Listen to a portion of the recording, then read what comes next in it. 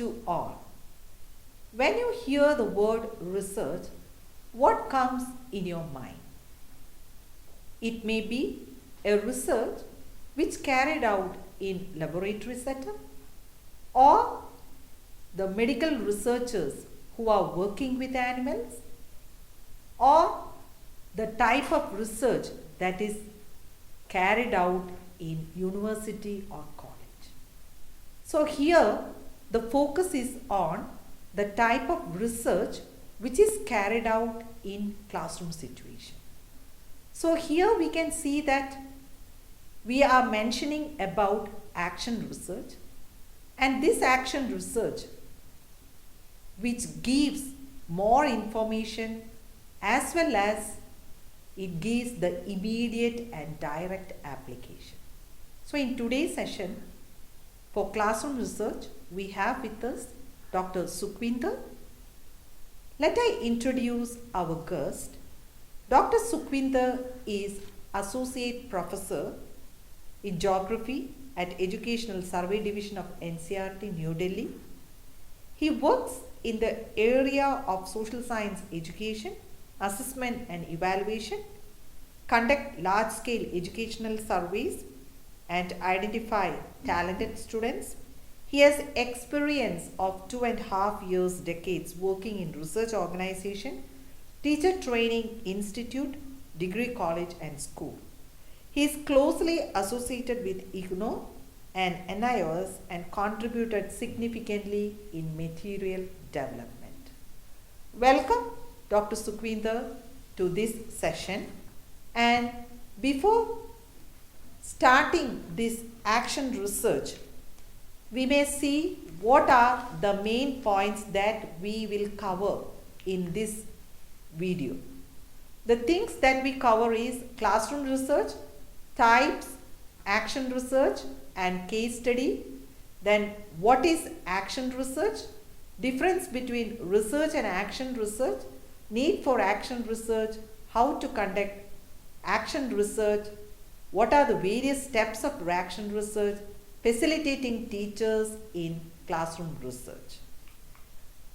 And when we think over a topic, the main thing is the learning outcomes. So what are the learning outcomes that you are getting through this video will be: explain the meaning of action research, describe the need and importance of action research, explain the features of action research, list out the ways or steps of conducting classroom research, facilitate the teachers to undertake action research. And my first question to you is, are you fully satisfied with your role as teacher or practitioner? Yeah, so as Dr. Elizabeth has rightly pointed out, that this is a question thrown open to all the prospective teachers, that are you fully satisfied with your role as a teacher practitioner? So your answer may be yes, no or maybe, right? And if your answer is probably no to this particular question, probably, then you are in the need of action research. There are some more questions placed before you. What makes you dissatisfied with your professions? So some of you may be giving answers like this, that I'm not able to give the desired output, I'm not satisfied with my current pedagogical processes, I feel I'm not able to help meritorious students in my class, I'm noticing some students are constantly creating indiscipline in my online classes, I think my students are not learning map reading skills properly, I feel few students in my class are not at all attentive, my students are not keen in drawing diagrams which are must for science learning. So these are some of the questions which you may encounter as a teacher, and say this may lead to a feeling of dissatisfaction with your profession, and you are very curious to find out the solutions for such questions, to address these questions, and to address these concerns. So what is the way out? So the way out is action research, and probably say we will be discussing various nuances of action research. What is action research? Why action research is required, and how action research can be conducted in a classroom scenario. That will be focus on today's discussion. Okay, you have stated about the concerns of teachers and why they are dissatisfied. More than the pedagogical practices, we can see that teachers are generally dissatisfied with the behavioral issues of learners. So there also you can adopt action research. And before going how to conduct action research, it is essential to understand what is action research. How is it different from the normal research? Yeah. So what you can see on the screen that there's a teacher sitting on a table, and the feeling which you get by looking at this image is that the teacher is probably dissatisfied, maybe some of the concern he is facing in his classroom situation. So as in the beginning I've conveyed you that there's a dissatisfaction with the existing situation, and that's a prerequisite for action research. So for the learners, I would like to bring out one more important point, that you all have observed that in the pandemic situation, the classroom situation is totally changed. We have shifted to online system of education where teacher is sitting at a remote location, students they are sitting at different locations, and they are digitally connected and having learning from remote place.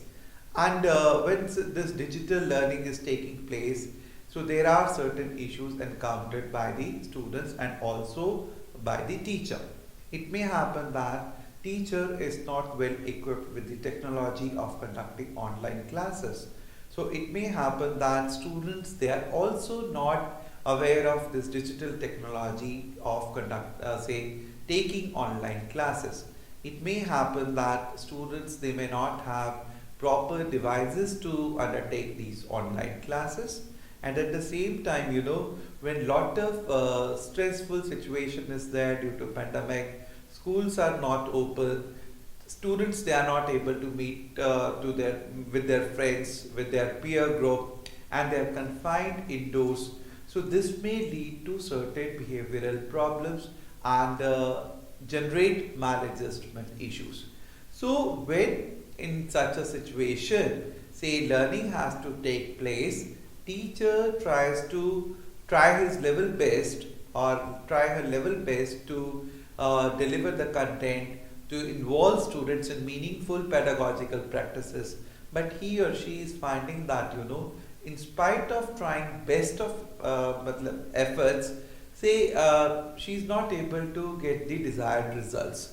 So students they are finding it very difficult in this COVID situation while taking online classes, and that is how due to these academic issues, due to socio-emotional issues, due to behavioral issues of the students, teachers are in a position to resolve their current practices, resolve their current problems, to resolve their current issues, and the answer to all this question is to conduct classroom research, and in particularly action research.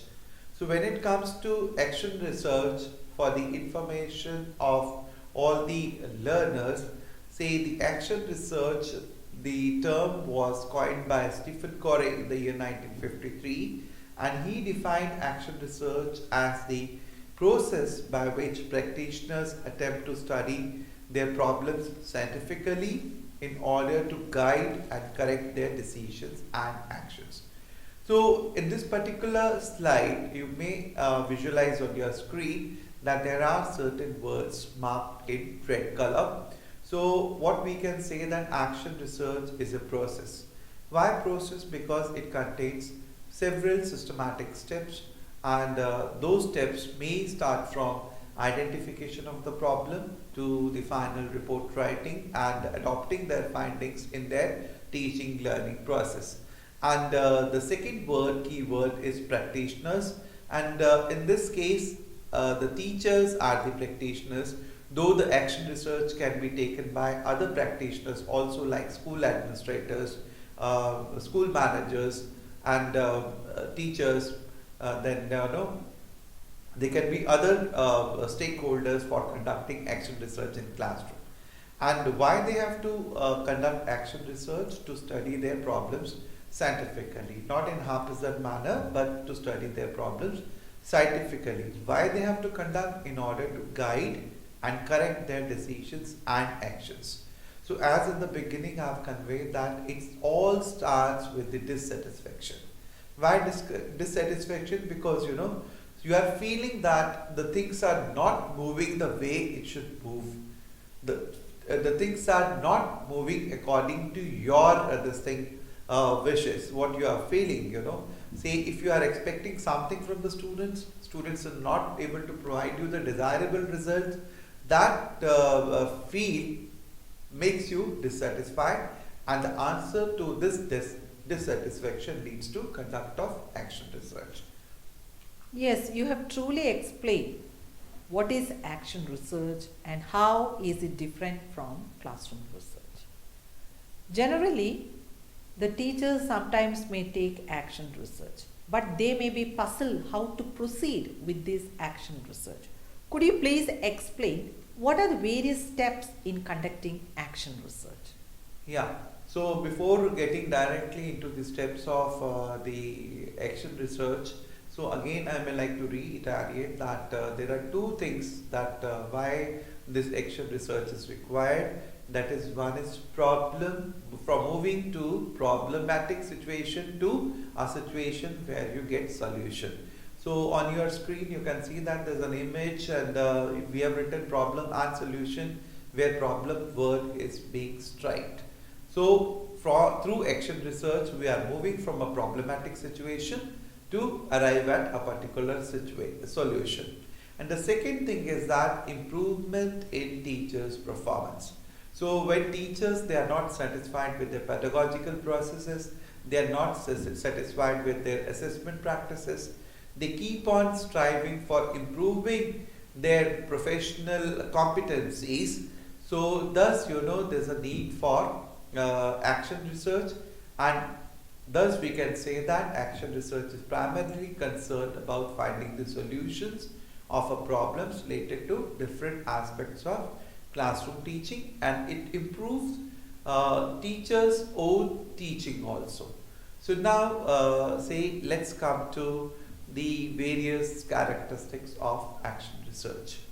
So if you look at your screen, there are various boxes, there are various blocks, and in those blocks several keywords are marked, and these keywords are related to characteristics of action research.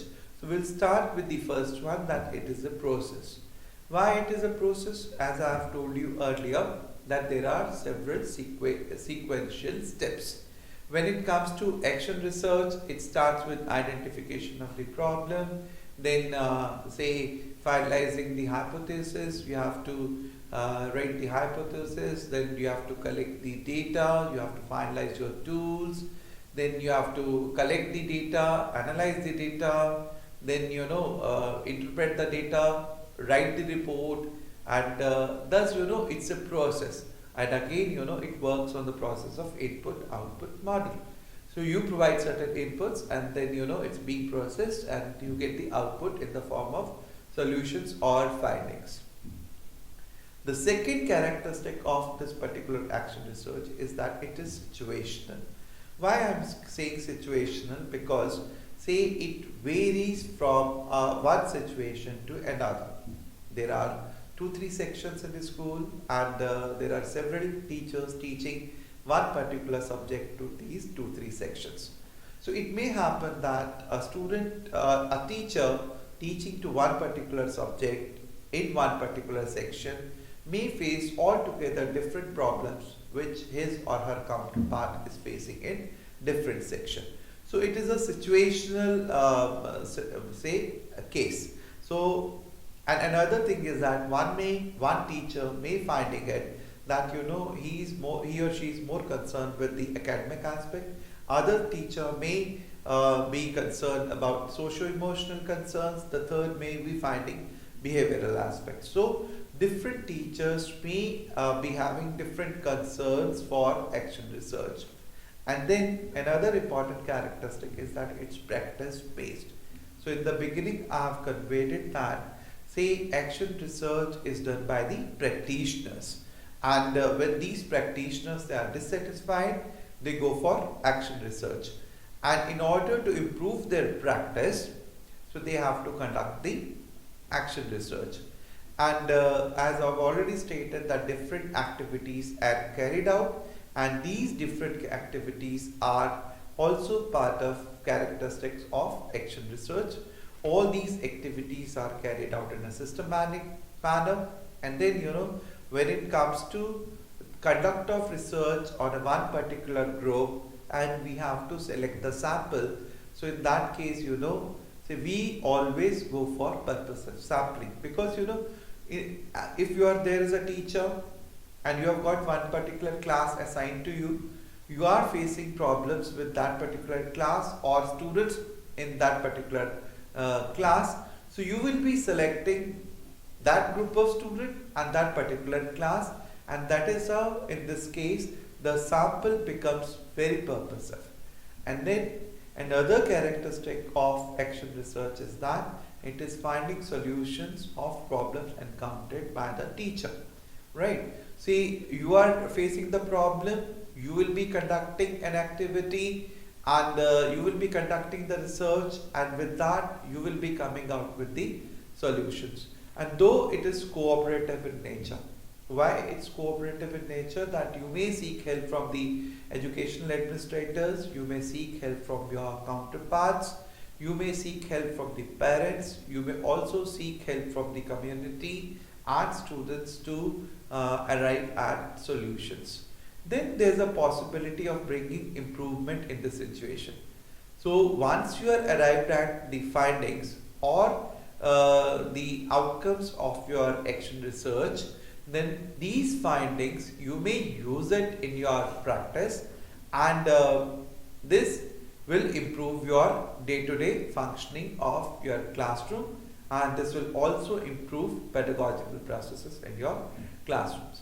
Then when it's action research and when you compare it with formal research, what you will notice that methodology is slightly flexible in nature when it comes to action research, and when it comes to action research, it is self-evaluated. You will not send it to the evaluators to different universities or to different educational administrators or to educational functionaries, senior educational functionaries for evaluation of your action research report. This is self-evaluated. So you will be knowing solutions to your problems. And another important point is that it is not for generalizations, because this is very contextual, this is very situational, right? So, and this is a small scale research. So if it is a small scale research, if it cannot be contextualized, if it is a situational nature, but natural, the results of these findings cannot be generalized on a larger population. And then another important characteristic of action research is that it is cyclic in nature. So once we are arrived at the findings, the process does not stop there.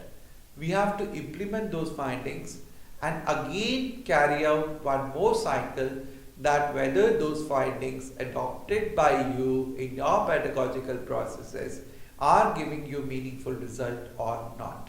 So that is how it is cycling in nature. So what we can say, Dr. Elizabeth, that there are certain characteristics of action research, that it's a process, it's a situational based, it's a practice based, different activities are carried out in action research, it's systematic, it involves purposive sampling, it is finding solutions of problem encountered by the teacher, it's cooperative in nature, it brings possibility of improvement in the situation, it finds solution to immediate problems, and it is cyclic in nature. Okay, you have rightly stated that it is practice based. Generally, the teachers may think that how they can be considered as practitioners. We consider teachers as practitioners because the context is different. They are really doing several practices in their teaching methodology, with their behavioral pattern, as well as interaction with the learners. So really action research can be considered, and teachers are known as real practitioners. And next one, as a teacher, I am not acquainted with action research. What should I do? How the teacher can be acquainted with the action research? Yeah, so teachers can be acquainted with the action research, but many of the times what we have seen that the moment they listen the word research, they feel panicked, they feel disturbed, and they feel disheartened that maybe they are not acquainted with the methodology of research, and they don't feel competent enough to carry out this research, and probably they have to be made aware that this action research is very specific and it is totally different from formal research, though there are certain similarities also, like both formal research and action research believes in systematic inquiry, but there are certain basic differences also. Like when it comes to goal, in action research, goal is to solve the problems of local concern, and a little formal training is required to conduct action research. So teachers should not get disturbed. With little formal training, you will be able to conduct action research, and intent is to identify and correct issues of the local concern. So problems are yours, you will be conducting the research, you will be finding out the solutions, and you will be implementing those solutions to resolve your issues. Yes. And it is carried out by the local practitioner, as I've already told you, and it's not it uses non-standardized teacher-made tools. You need not to bother about that from where I'll get those standardized tools. Say I'm not well acquainted with tool development, what should I do? So these are not the issues which will disturb you. So once you will know that, you can develop your own tools, and it is very less rigorous. It contains purposive sampling, action research, as compared to formal research. So when you will realize the importance of action research, when you will be aware of the characteristics of action research, and when you will be distinguishing it from the formal research, probably you will feel more confident that okay, it's totally different from formal research, and yes, with the little understanding, I'll be able to conduct the action research in my class. Okay, so generally, when a teacher conduct action research, there are various steps for conducting action research. Could you please explain what are the various steps of conducting action research? Yeah, Dr. Elizabeth, as I have told you that there are systematic steps for conducting action research. So very briefly, we will see to it, and I'll request learners to have a look at the screen. There's an image where different steps of conducting action research is being provided. It starts with the identification of the problem, and then we move on to formulation of hypothesis. Then we have to decide method of research. Then we need to collect data. Then this data is analyzed, and then report writing is being done. So when it comes to identification of the problem, there are 3 points which our learners must keep it in mind. Then they have to select the variable from the school context. Why school context? Because we are dealing with the action research to be conducted in a school premises by the teacher. So in this case, the variable will be selected from the school context. Then when they are writing title, it must contain variable, group on which the action research has to be conducted, and the type of research. And when they are writing objectives, these objectives need to be pinpointed and they need to be directional. So I think learners, they are aware of the term hypothesis, concept of hypothesis, and to facilitate the learners, let me tell you that hypothesis, they are tentative solutions of the problem, intelligent guess about the solution of the problem, and So students can develop null hypothesis, directional or alternative hypothesis. Then they have to adopt the methodology wherein they need to select the sample, they need to design the tool, they need to identify the experimental design, whether they have to select the pre-experimental or some other, and thereafter they have to move towards data collection, data analysis and report writing, and once findings are arrived at, they need to incorporate these results, and finally they have to review whether these findings are useful in their changing lifestyle, in their changing pedagogical processes, whether their cause of dissatisfaction is overcome or not. So in order to facilitate the learners, NCERT also conduct online course on action research. Learners by visiting their website, by noting down their notification, they can undertake their course so that they can equip very well in the process of conducting action research in their classroom scenario.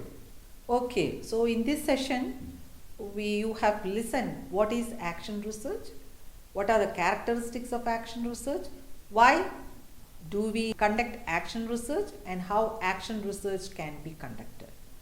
Hence, to sum up, I would like to motivate the prospective learners to conduct action research in your real context and become real practitioners in the real field. Thank you. Thank you.